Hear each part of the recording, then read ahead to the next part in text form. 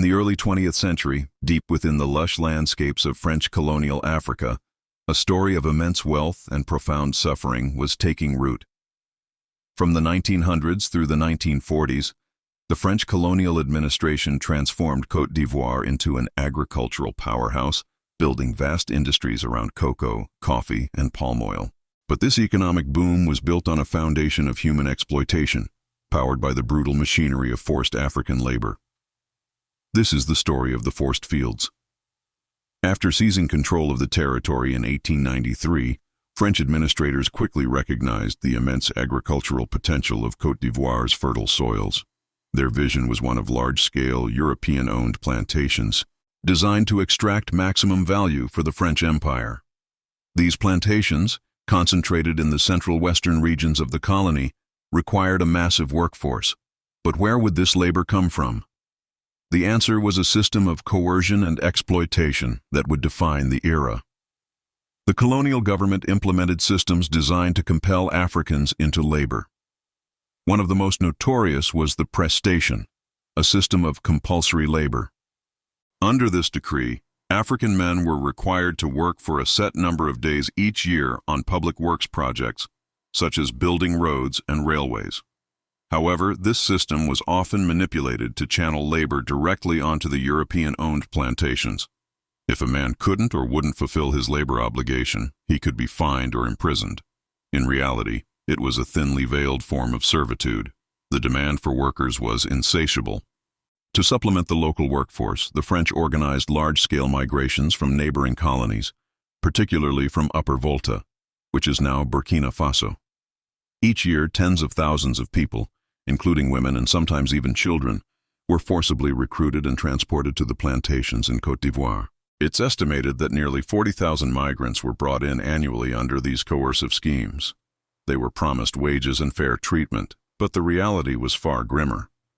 Once on the plantations, these laborers faced grueling conditions. They worked long hours under the harsh tropical sun, harvesting cocoa pods and coffee beans. Overseers, often wielding whips, enforced a brutal work discipline.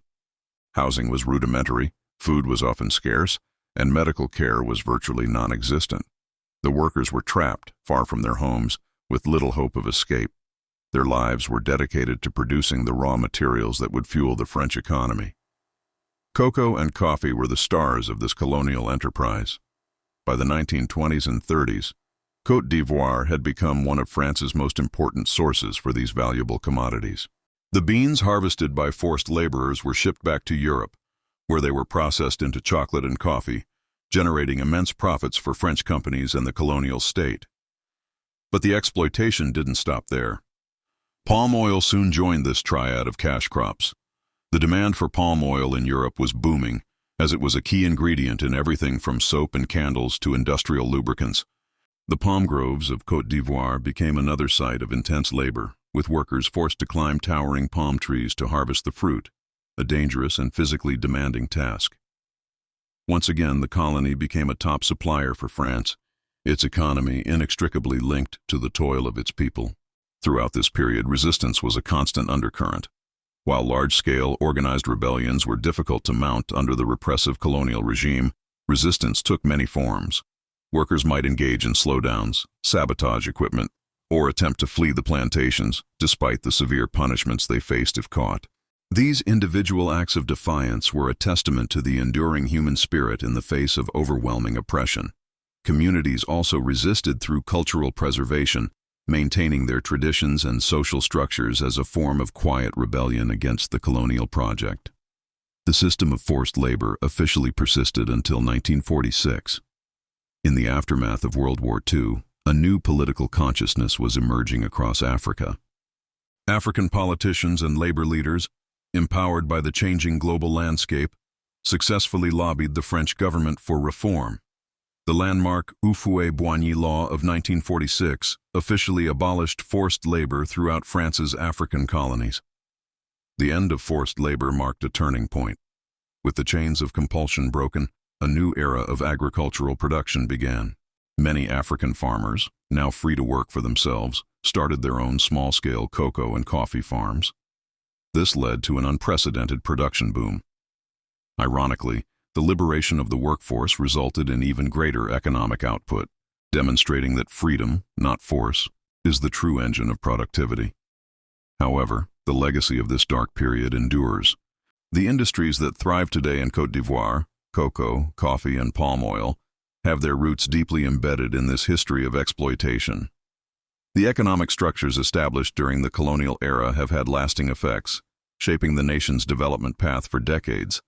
The wealth extracted during those years built fortunes in Europe, while the communities that provided the labor were often left with environmental degradation and social disruption. As we look at the chocolate we eat or the coffee we drink, it's worth remembering the hidden history behind these everyday products. The story of Côte d'Ivoire's forced fields is a powerful reminder of the human cost that can lie behind economic prosperity. It forces us to ask uncomfortable questions. What bargains were made in the halls of colonial power? What complicit agreements chained an entire generation to the land for the sake of profit?